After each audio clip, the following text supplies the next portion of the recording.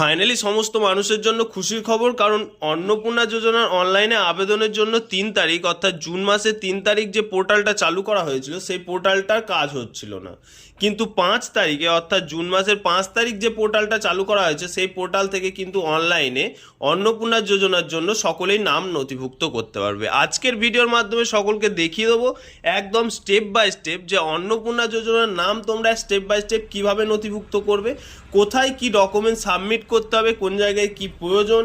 অনেকের মনের মধ্যে অনেক রকম কোয়েশ্চেন আমরা দেখতে পাচ্ছি, তাই ভিডিওটা সম্পূর্ণ দেখার চেষ্টা করো যাতে তোমাদের কোনো রকম কোনো অসুবিধা না হয়, কারণ আমরা প্রত্যেকটা জিনিস স্টেপ বাই স্টেপ দেখিয়ে দিচ্ছি যে কোন জায়গায় কি সাবমিট করতে হবে, কোন জায়গায় কি বসাতে হবে।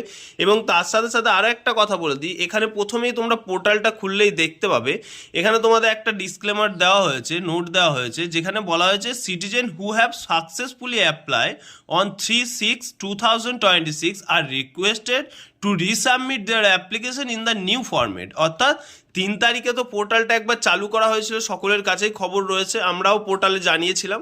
এবার সকলকে জানিয়ে রাখি 3 তারিখে যে অফিসিয়াল পোর্টালটা চালু করা হয়েছিল সেই পোর্টালটাতে অনেক কিছু আপডেট করা হয়েছে, তাই 3 তারিখে যে সমস্ত অ্যাপ্লিকেশনগুলো করা হয়েছিল শুধুমাত্র অনলাইনের ক্ষেত্রে সেই সমস্ত অ্যাপ্লিকেশনগুলো আবার রিসাবমিট করতে বলা হচ্ছে।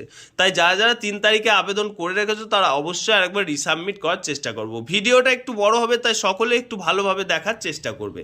তো সকলকে কোন পোর্টালে আসতে হবে আবেদন করার জন্য? socialregistry.wb.gov.in এই পোর্টালে আসার পর তোমরা এরকম একটা ইন্টারফেস দেখতে পারবে। এখান থেকে তোমরা তোমাদের ডিস্ট্রিক্টটা সিলেকশন করবে। ডিস্ট্রিক্ট সিলেকশন করার পর এখানে তোমরা তোমাদের মোবাইল নাম্বার দেবে এবং মোবাইল নাম্বারের পর এই যে ক্যাপচা দেখছো এই দুটো ক্যালকুলেশন করে অর্থাৎ যোগ করে এখানে বসাবে। এখানে বসানোর পর রিকোয়েস্ট ওটিপিতে সাবমিট করবে। রিকোয়েস্ট ওটিপিতে সাবমিট করলে তোমার যে মোবাইল নাম্বারটা ইনপুট করলে সেই নাম্বারে একটা 6টা সংখ্যার ওটিপি পাঠানো হবে। সেই 6টা সংখ্যার ওটিপি তোমাকে এখানে দেখে দেখে বসিয়ে নিতে হবে।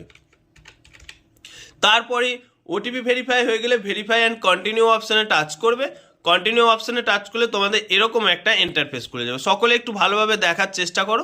এরকম একটা ইন্টারফেস খুলবে যেখানে তোমার সম্পূর্ণ ডিটেলস কিন্তু আপলোড করতে হবে। সবার প্রথমে পরিবারের হেড অফ ফ্যামিলি যিনি রয়েছেন তার নাম এখানে বসিয়ে দেবো।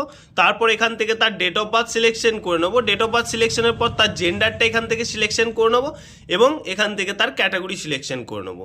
ক্যাটাগরি সিলেকশন হয়ে যাওয়ার পর আধার কার্ডের সঙ্গে যে মোবাইল নাম্বারটা লিঙ্ক রয়েছে সেই নাম্বারটা আমরা এখানে বসিয়ে দেবো এবং টোটাল কতগুলো মেম্বার রয়েছে সেটা আমরা এখানে সিলেকশন করব। আমাদের 3জন মেম্বার থাকে তাহলে এখানে 3 বসাবো। 3 বসালে কিন্তু উপরে তোমরা দেখতে পেয়ে যাবে মেম্বার 1 এবং মেম্বার 2 অ্যাড হয়ে যাবে, অর্থাৎ 3টে মেম্বার কিন্তু এখানে অ্যাড হয়ে যাবে।